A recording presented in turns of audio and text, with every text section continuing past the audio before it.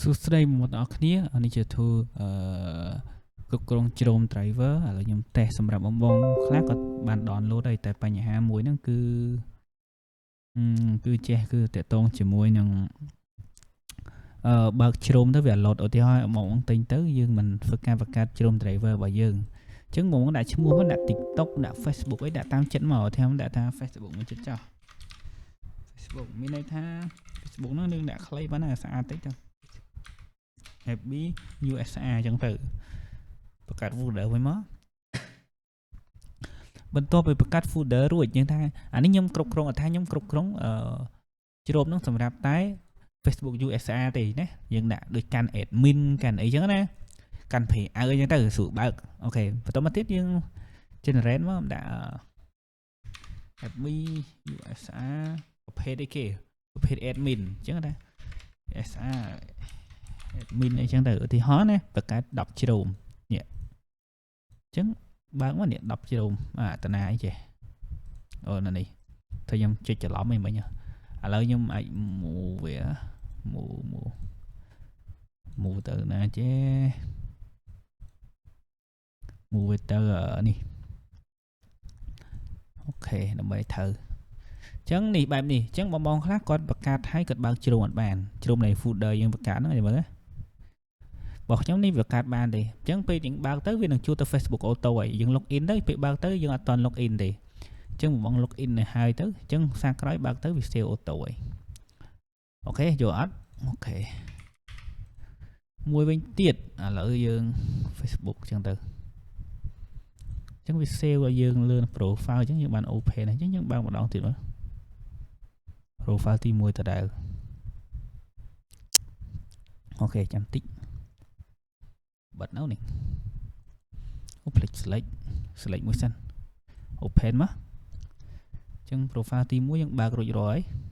អញ្ចឹងឧទាហរណ៍ចេះខ្ញុំឧទាហរណ៍មួយរឿងថាបងបើកទៅ upload ទៅវិញអញ្ចឹងខ្ញុំបានដាក់មុខងារ update ឲ្យអញ្ចឹងយើងបើយើងបើកទៅ upload មកវិញណាយើងគ្រាន់តែចុច update កន្លែងនេះមកនេះ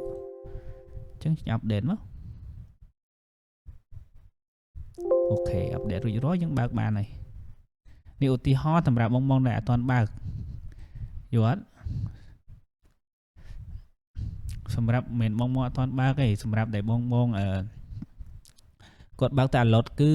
ដោះស្រាយប៉ុណ្ណឹងអញ្ចឹងឧទាហរណ៍យើងបើក YouTube មួយមក YouTube អូខេជាមួយនេះ save YouTube អត់ខ្ញុំចង់ save ឲ្យ YouTube នេះដាក់នៅមុខកន្លែងsave វិញ add អូខេហ្នឹងមានអីបាទយើងចង់ធ្វើតាមហ្នឹងមកអញ្ចឹងយើងអាចបង្កើតគ្រប់គ្រងអីផ្សេងអញ្ចឹងឬក៏យើងចង់ add ដល់មួយមកដាក់បង្កើតអីគេដាក់ខ្លួនឯងមកដូចជា admin add អីចឹងទៅនេះ edit មកបានដាក់ password ធ្វើ FSR proxy អីដាក់តាមចិត្តបងណាអូខេ note មកខ្ញុំអត់ជាអញ្ចឹងដាក់ខាងកាន់ admin អញ្ចឹង admin អានេះចេះដាក់ទៅ save បាទ admin តែប៉ុណ្ណឹងអញ្ចឹងចូលមក admin នេះ admin ឃើញអត់នេះ admin note យើង note ថា account ហ្នឹងឬក៏យើង add ថា account ហ្នឹងឈ្មោះអីអត់ទេ